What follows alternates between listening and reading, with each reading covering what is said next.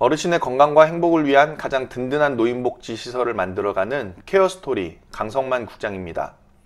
2020년 2월 26일 현재 우리나라에서는 코로나 바이러스 19 사태로 인해서 감염병에 대한 우려와 두려움 속에 전 국민이 많은 어려움에 처해 있습니다. 특히 감염병에 취약한 어르신들께서 이용하시고 생활하고 계시는 장기요양 기관에서는 한 분의 어르신이라도 또 한 분의 종사자라도 감염되지 않도록 주의와 관리에 촉각을 곤두세우고 있는 상황입니다. 자, 이러한 상황에 비추어서 노인요양원 창업을 계획하고 계신 분들께서 코로나 바이러스 19 사태를 통해서 알 수 있는 노인요양원 창업의 방향성 3가지에 대해서 말씀드리고자 합니다. 이번 코로나 바이러스 19 사태를 계기로 감염병과 위생에 대해 많은 분들의 인식도 향상되는 계기가 될 것으로 생각하는데요. 이러한 인식들이 노인요양원과도 연관지어 생각하게 되는 중요한 변곡점도 될 것 같습니다. 노인요양원 장기요양기관은 감염병에 매우 취약한 대상자이신 노인성 질병을 보유한 어르신들께서 생활하고 이용하시는 시설이기 때문이죠. 그렇기 때문에 이번 영상을 통해 안내해드리는 코로나 바이러스 19 사태를 통해서 알 수 있는 노인요양원 창업에 대한 중요한 방향성 3가지를 꼭 인지하시기를 당부드리면서 한 가지씩 말씀드려 보겠습니다. 자, 먼저는 1인실 위주의 침실이 설치되어야 한다는 것입니다. 이 부분은 영상을 통해서 계속 안내드렸던 사안인데요. 근본의 코로나 사태를 통해서 더욱 절실함이 부각되는 사안이 되었습니다. 1인실은 시설에서 생활하시는 어르신께 프라이빗한 생활 공간과 함께 쾌적한 삶의 공간을 제공해 드릴 수 있는 부분이 되기도 합니다. 그렇기 때문에 당연히 앞으로의 요양원에 대한 필수 요건이 되는데 이 법적인 한계성, 즉 양적 수익 구조를 가지고 있는 노인복지법과 노인장기요양보험법의 한계로 인해서 4인실 위주로 침실이 설치되고 있는 실정은 안타까운 상황이 아닐 수 없습니다. 현재도 많은 요양원에서 4인실 위주로 운영 중에 있는데 2008년 전에는 5인실, 6인실 뿐만 아니라 더 많은 인원이 한 공간에서도 생활했던 시기가 있었습니다. 그러던 중에 2008년에 장기요양보험 제도가 시행이 되면서 조건부 시설, 국법 시설들이 정리되고 4인실까지 침실을 허용하는 현행 노인복지법으로 개편이 되면서 많은 요양원 창업자분들께서 공간 대비 수익성을 맞추기 위해 4인실 위주로 시설을 설치하였다는 것입니다. 그래서 이는 결국 시설에서 생활하시는 어르신의 삶의 질을 떨어뜨리는 요인이 되어버렸죠. 요양원에는 여러분도 아시다시피 1에서 5등급까지 시설급여를 인정받으신 어르신들께서 생활하시기 때문에 1, 2등급 어르신만의 시설이 될 수 없고 일정 부분 거동이 가능하신 어르신들도 함께 생활하는 시설인데 4인실 위주로 생활해야 하는 여건상 많은 부분에서 불편함과 개인적 사생활이 배제되어 버리는 현실의 어르신과 보호자분들이 놓여져 있다는 것입니다. 근본 코로나 바이러스 19 사태는 이러한 상황에 대해 경종을 울리는 계기가 될 것으로 저는 생각을 합니다. 만일 1인실 위주의 침실로 요양원이 운영되고 있다면 바이러스 감염에 대한 관리도 좀 더 효과적으로 이루어질 수 있는 여건이 되기 때문이죠. 아무래도 4인실로 많은 인원이 공동으로 생활하는 것보다 1인실에 적은 인원이 생활하는 것이 감염병뿐만 아니라 위생적인 측면에서도 쾌적함이 나타날 수 있다는 부분에 대해서는 모두가 공감할 수 있을 것으로 생각을 합니다. 1인실은 단순한 1인실이 아니라 furnished room, 즉 1인의 생활을 위한 가구까지도 비치되어 있는 룸이기 때문에 감염병에 대한 관리와 함께 위생적인 측면뿐만 아니라 어르신의 사생활 또 보호자분들과의 개별적인 면회까지 고려될 수 있는 공간이 됩니다. 그런데 여기서 말하는 1인실은 노인복지법에서 말하는 겨우 2평짜리 1인실을 말하는 것이 아니라 1인의 어르신께서 적절하게 생활하실 수 있는 화장실이 포함된 6평 정도의 1인실을 의미를 합니다. 많은 분들의 요양원 창업을 자문해 드리면서 이제는 2인실 설치에 대한 요양원 창업자 분들의 인식이 생겼다는 것을 알았습니다. 하지만 앞으로의 어르신들께서는 부부에 한해서 2인실을, 또 어르신 본인만을 위해서는 1인실을 선호하는 분들로 변화되고 있다는 것을 반드시 기억하셨으면 좋겠습니다. 또한 노인성 질병을 갖고 계신 어르신들에 대한 감염병 관리를 위해서도 1인실이 필수적이라는 것을 아셨으면 좋겠습니다.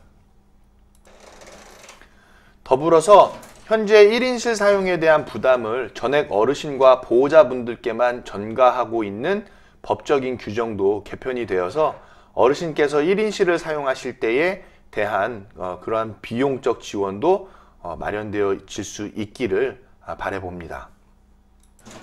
자, 두 번째로는 정원은 축소하고 연면적은 늘리면서 소규모로 고급화된 노인요양원으로의 설치가 필요하다는 것입니다.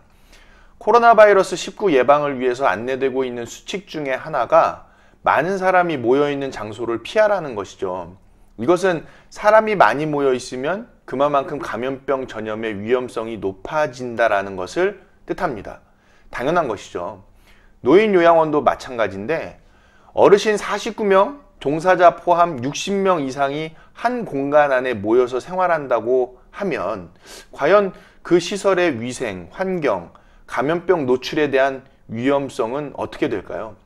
인원이 많으면 많을수록 이러한 위험성은 높아질 것이고 위생적인 측면의 수준도 떨어지게 될 것입니다. 자, 그렇기 때문에 노인 요양원은 한 개의 시설별로 정원을 줄일 필요가 대두되는 것이죠. 이와 관련해서 유닛형 시설에 대한 개념도 나왔죠. 즉 예를 들어서 15명 정도의 소규모 인원 어르신들께서 주방, 프로그램실, 침실, 화장실 등을 포함해서 하나의 유닛에서 생활하시는 개념인데 결국 공간에 있어서 인원을 줄여야 한다는 취지에서 출발했다고 볼 수 있는 내용입니다. 정원을 축소하게 되면 서비스의 대상이 되는 어르신 수가 줄기 때문에 관리하는 어르신도 줄게 됩니다. 즉 생활하시는 어르신이 많을 때에는 한 번 제공할 수 있는 서비스도 어르신 정원이 줄어들게 되면은 그 이상으로 서비스를 제공해 드릴 수 있는 여건이 마련된다라는 것이죠. 물론 현재 노인장기요양보험제도에서는 이를 위해서 어르신의 정원을 줄이기보다는 종사자의 수를 더 배치할 수 있도록 직접 인건비 비율과 추가 배치 종사자에 대한 가산 제도를 두고 있는데요. 하지만 노인성 질병을 보유한 많은 인원의 어르신께서 한 시설에 모여 생활했을 때의 불편함과 감염 질병에 대한 관리적 한계, 또 환경 위생 관리에 대한 미흡, 이러한 문제들을 적절히 해결하는 데에는 이러한 제도가 큰 효과를 나타내기에는 어렵다고 생각을 합니다. 왜냐하면 일단 노인성 질병을 보유한 많은 인원의 어르신이 한 시설에 모여 있다는 것부터가 상당히 좋은 상황이 되지 못하는 것이고, 시설에서 24시간 365일을 생활하여야 하는 만큼 인원이 많다는 것은 당연히 좋은 여건이 될 수는 없겠죠. 요즘 TV에서 음식점 운영에 대한 방영이 많이 나오는데 음식점을 비교해서 생각해 본다면 더 쉽게 이해할 수가 있습니다. 음식점에서도 음식의 퀄리티와 음식점의 위생 상태 관리를 위해서 무작정 음식을 많이 만들어서 판매하기보다는 매일 수량을 정해놓고 적정한 수량만을 제공하는 것을 볼 수 있죠. 자, 예를 들어서 10명을 수용할 수 있는 커피숍이 있는데 여기에 10명의 인원이 모두 차 있다고 생각을 한다면 당연히 커피숍을 운영하는 사장님 입장에서는 좋은 상황이겠지만 커피숍을 이용하고 있는 이용자 입장에서는 보통 불편한 상황이 아닐 것입니다. 그래서 시설에서는 되도록 감염병에 대한 관리뿐만 아니라 쾌적함에 대한 유지, 질 좋은 서비스 관리를 위해서도 정원은 축소하되 공간의 활용도를 높일 수 있도록 연면적은 늘릴 필요가 있겠고요. 노인성 질병을 보유하고 계신 어르신이라고 생각할 때에는 많은 인원보다는 소규모로 가정처럼 생활하는 시설로 운영하는 것이 바람직함을 알 수 있겠습니다. 마지막으로는 종사자의 배치를 늘려야 한다는 것입니다. 이 부분은 위 두 가지 사안이 반영된다면 당연히 수반되어야 하는 조건이겠죠. 1인실 위주의 시설, 또 정원을 줄이고 연면적을 늘리게 된다면 당연히 관리적인 측면에서도 종사자를 더 배치하여야 하는 상황이 될 것입니다. 그러면 어르신 대비 어느 정도로 종사자를 더 배치하여야 할 것인가의 문제를 생각해 볼 수 있는데요. 소규모로 고급화한 노인요양원의 종사자 인원이라고 했을 때에는 종사자 배치 인원수에 대한 적정선을 파악하기가 쉽다는 장점이 있습니다. 즉 어르신의 인원이 적기 때문에 관리하는 종사자의 수도 적어지고 그래서 적정한 배치 인력수를 쉽게 파악할 수 있다는 것이죠. 그런데 만약에 인원이 많은 시설에서는 종사자의 인원수도 많고 관리해야 하는 종사자 수도 늘어나기 때문에 감염병에 대한 우려도 높아지고 더불어서 어르신을 위해서 좋은 서비스를 제공하기 위한 적정수의 종사자 수는 과연 몇 명이 될 것인지에 대한 부분에 대한 파악이 좀처럼 좀 쉽지는 않을 수도 있다는 것입니다. 종사자의 배치를 늘리는 것은 서비스 질, 안전관리, 환경위생관리 등과 직결되는 문제이기 때문에 정부에서도 직접 인건비 비율, 가산을 통해서 종사자 배치를 늘리기 위한 규정들을 마련해 놓은 것을 알 수 있는데요. 그렇기 때문에 종사자 배치를 늘려야 하는 것은 당연한 사안이면서 동시에 소규모 고급화된 시설에 맞춘 배치 인력으로 종사자 수를 늘리는 방향으로의 시설 운영이 마련되어야지만이 코로나 바이러스 19와도 같은 감염병에 대한 관리와 시설의 쾌적함, 양질의 서비스 제공까지도 고려할 수 있는 여건이 될 것입니다. 자, 여기까지 해서 코로나 바이러스 19 사태를 통해 알 수 있는 노인요양원 창업의 방향성 3가지에 대해서 말씀드렸는데요. 이러한 여건들이 마련되어져서 어르신의 건강과 행복을 위한 가장 든든한 노인복지시설의 운영과 함께 코로나 바이러스와도 같은 감염병에 대한 예방이 적절히 이루어질 수 있게 되기를 바라면서 영상을 이만 마치도록 하겠습니다. 끝까지 시청해 주셔서 대단히 감사합니다.